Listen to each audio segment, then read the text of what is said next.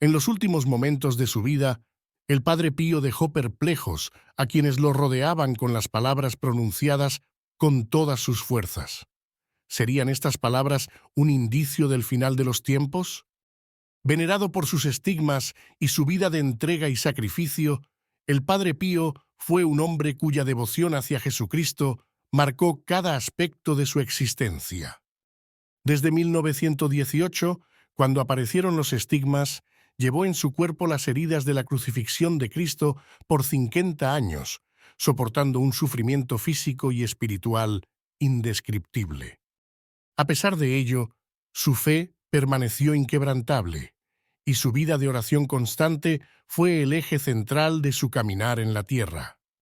Durante sus últimos días, a pesar del deterioro severo de su salud, continuó confesando y celebrando misa, mostrando una fortaleza que iba más allá de lo humano. La oración era su refugio y fuente de consuelo. Momentos antes de fallecer, susurró los nombres de Jesús y María mientras sostenía su rosario, símbolo de su ferviente devoción. Un aspecto significativo de su vida fue su veneración a San José, a quien rogaba diariamente una muerte feliz. En las semanas previas a su partida, los capuchinos describieron una atmósfera mística en el monasterio, como si la muerte del Padre Pío estuviera envuelta en un velo espiritual. En su última noche, renovó sus votos religiosos y expresó su deseo de morir en paz. Poco después, a las 2:30 de la madrugada del 23 de septiembre de 1968, falleció serenamente, afirmando haber visto dos madres, interpretación que muchos consideran una visión de la Virgen María y su madre biológica. El hecho de que los estigmas desaparecieran poco antes de su muerte ha sido catalogado como un milagro. Su piel quedó intacta, sin señales de las heridas que habían marcado su cuerpo por décadas. Este suceso sorprendió a quienes lo rodeaban y reforzó la devoción de millones. Durante su funeral, más de 100.000 personas se reunieron para rendirle homenaje.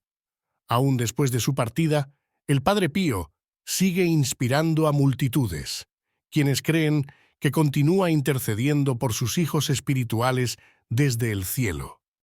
El Padre Pío no solo soportó un inmenso dolor físico, sino que también enfrentó persecución y calumnias dentro de la Iglesia. Enfrentó estas pruebas con obediencia y humildad, aceptando la voluntad divina con una fe inquebrantable. Incluso cuando el Vaticano restringió sus actividades pastorales y lo confinó al silencio en varios periodos, nunca dejó de confiar en su misión. El sufrimiento del Padre Pío era percibido como parte de su propósito divino. Él entendía que sus padecimientos reflejaban la pasión de Cristo y jamás pidió ser liberado de ellos. Su legado es un testimonio de espiritualidad profunda, resistencia frente a la adversidad y amor incondicional hacia Dios y los demás. En su última misa, aunque visiblemente debilitado, bendijo a la multitud con un gesto de amor y gratitud. Su partida dejó un vacío entre sus seguidores, pero también les trajo paz, pues sabían que finalmente había alcanzado su anhelo de unirse a Dios en la eternidad. Esa misma noche, en su humilde habitación de oración, entregó su alma al Creador, con el rosario en las manos y los nombres de Jesús y María en sus labios. Tenía 81 años. Su canonización no fue sencilla, pero gracias al Papa Juan Pablo II, el proceso avanzó, siendo beatificado en 1999 y posteriormente declarado San Pío. El Padre Pío portaba los estigmas como una conexión mística con Cristo. Sin embargo, lo que verdaderamente conmovía a quienes lo conocían era su profundo amor por Dios y por la humanidad.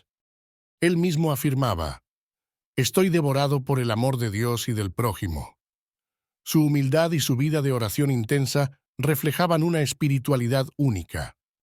Desde su juventud, su vida estuvo marcada por batallas espirituales, incluyendo ataques demoníacos que narraba en cartas a su director espiritual.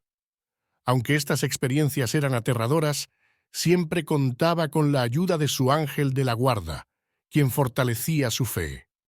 Las dolencias físicas también lo acompañaron desde temprano. Al ingresar en el monasterio de Santa Ana en 1904, comenzó a padecer enfermedades inexplicables. Estas dolencias, junto con los estigmas, fueron para él una cruz que llevó con humildad y entrega.